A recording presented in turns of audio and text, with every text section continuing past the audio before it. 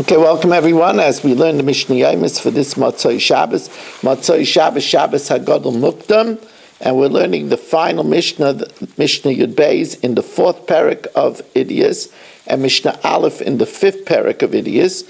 And we are sponsored by the Fisher family, Nishmas Basi Bas Rabbi Shlomo ben Avram Alevi, Perel Bas Ruvain. We also learned the Nishmas David ben Chaim, Lefu Shalem Fer Yomis ben Chai Sarah, Yaakov ben Bas Yeleas, Chus Avram ben Yon ben Ishbamak Yudis, for Yo Klugman and family, Parnasa Gezun Tanachas, Lefu Shalem for Moshe Meir ben Esther Fradel, Lefu Shalem for Rivka Bashir Leah, Dvara Bashashabina, and for Meir ben Chayesara, they should have a refuah shalema b'seich shar chayli Yisrael. So the Mishnah tells us, now here we have a concept. We know that if somebody is under, if food is under a roof together with a kazayas of a corpse, that food becomes tameh. Here we have a roof that has a split of a tefach going along its full length. Going along its full width. So it's split into two separate roofs. Under one roof is a corpse, and under the other roof is food. But since there's a tefach gap, it can't go from one side to the other. However, there's a man, Chatzkel, is on the floor under the crack. Now, if we view his body as being hollow, so then his body has a tefach of space, and then the top of his body is a roof. And that, if that would be a roof, then through the legal fiction of good asik mechitzasa, we would bring the mechitza all the way up to the top, and then it would fill in the gap, and then the food would be able to cross from one side, the tumuk would be able to cross from one side of the room to the other side of the room. The question is, do we view the man as being hollow so that there should be a piseach tefach, a hollow of a tefach, so the upper part of his body would then be considered a roof? So Adam Shunasin Tachas HaSedek, a person that's under a crack in the roof, we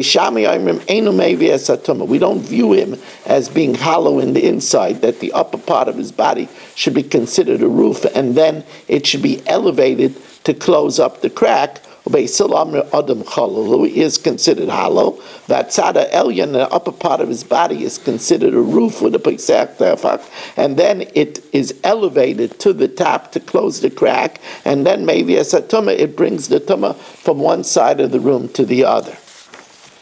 Now, Rabbi Yehuda Aimer Shisha Dvarim, the following six things are Mikule Beis Shammai u'Mechumrei Beis Hillel, are from the leniencies of Beis Shammai and the stringencies of Beis Hillel.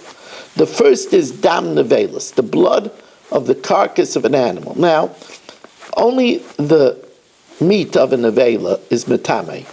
Its hair, its hooves, its horns, its nails are not metame. Now, really, therefore, its blood should also not be metame. But since congealed blood looks like flesh, Beis Hillel is afraid that if we say that the congealed blood is not tame, we might think that the flesh is also not tame. So Beis Shammai metam. Beis Shammai said blood is not, blood of a nevela is tar.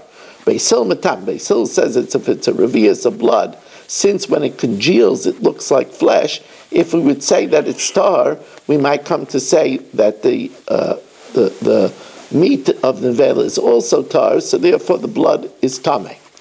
Beyas hanevela, the egg of a dead bird that's found inside the dead bird. So if the egg is fully formed, so then it's independent from the bird. If such, the egg that we found in it is like an egg sold in the marketplace, it's fully completed, so then it's not yerach imay, it's not considered part of the mother, then muteris. V'im lav, but if it's not completed, so then it's part of the mother, so then it's also like the mother, asura. That's Kedivra Beis Shammai. Beis Hillel says, since he's afraid that you might not know the grades of when the egg is complete or not, Beis Hillel asks even the completed egg. Umaydim Beishami agrees, Bebeas Treifa, that an egg found in a bird that had a fatal flaw, Shehi Asura, then that egg, even if it's complete, is also because it grew in a forbidden bird. It grew in a forbidden bird. Now, Dam Nachris, the blood of a Goya. Now, a Goya, in order that we shouldn't fraternize with Goyim, we gave to a Goya Tumah of a Zav or a Zava. Now, the blood of a Zav or a Zava is Tameh. Question is, what about the blood of the Nachris? So you'll say, well, if we gave her a din of a Zava, so Midrabanan, her blood should be Tameh. And that's indeed what Beis Hillel holds. Beis Shammai holds, no, we have to make some kind of distinction, that it's only D'Rabbanan. Because if we don't make distinction, if she touches Truma, we might come to burn Truma. And we don't burn Truma because she doesn't have a biblical Tumah. So therefore, Beis Hillel says, in order to show the distinction that she's not biblically Tameh, we say that her blood is tar. Now, the next case is Dam Tahara Shel Mitzaras, the tar blood of a leper, a woman that's a leper that gave birth. Now, during the first 14 days of a woman that gave birth, her blood is tameh. The next 66 days, her blood is tar. The problem is, although it's her blood that's tar, but she's a leper. And a leper, her body fluids are tameh.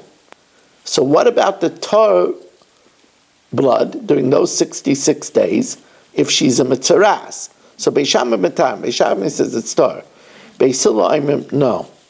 It's like the body fluids of a Mitzayra. Kiruka or Kameme Regla, it's like her spittle and her urine. Just like her spittle and her urine is Tameh. So also even the Tardika blood is Tameh. Now Beis Shammai makes a distinction. He says the urine gathers in the bladder. It's not like the blood which comes out drop by drop from the uterus. The next case in the Mishnah is Eichlin Perish Shvius B'Taiva B'Shaloi B'Taiva K'Divrei Beis Shammai. Beis Shammai says in the Shemitah year when you could go into somebody's field and take fruit whenever you want because his fruit is hefker, the fruit of Shemitah is hefker, you could take it, but if you want, you could take a B'Taiva. You could say thank you. You can't say thank you because saying a thank you implies that it's his. But during the Shemitah year, it's not his, it's hefker. So you shouldn't say thank you. And the final case in the Mishnah is hachemes, a skin that was fashioned into a bottle. This was common in Talmudic times, that they went with a canteen made out of skins, out of hides. And if it sprung a hole, so of course it wouldn't be mekabel tumah, because then it's not usable as a keli. What if you tied it so that it should close up the hole? So achemes Beis Shammai mitzrura oimedes. If you tied it and you left it tied long enough that the leather hardens, so that even if you would undo it, it would still be able to contain the liquid, then it's mekabel tumah. But if it didn't harden, the fact that it's tied is only temporary, and that's not enough for it to have a din of a keli and be mekabel tumah. Beis Hillel afal pi she'ein tzrura, even if it didn't harden, if you tied it so that now it could hold fluid because it's tied, it has a din of a keli, and it would be mekabel tumah.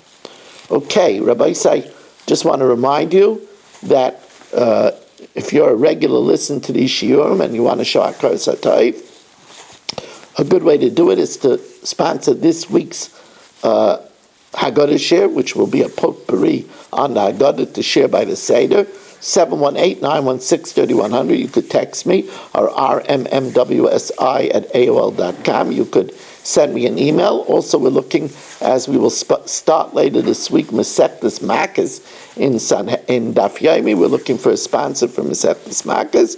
Thank you very much for joining us, and have a good Tavach.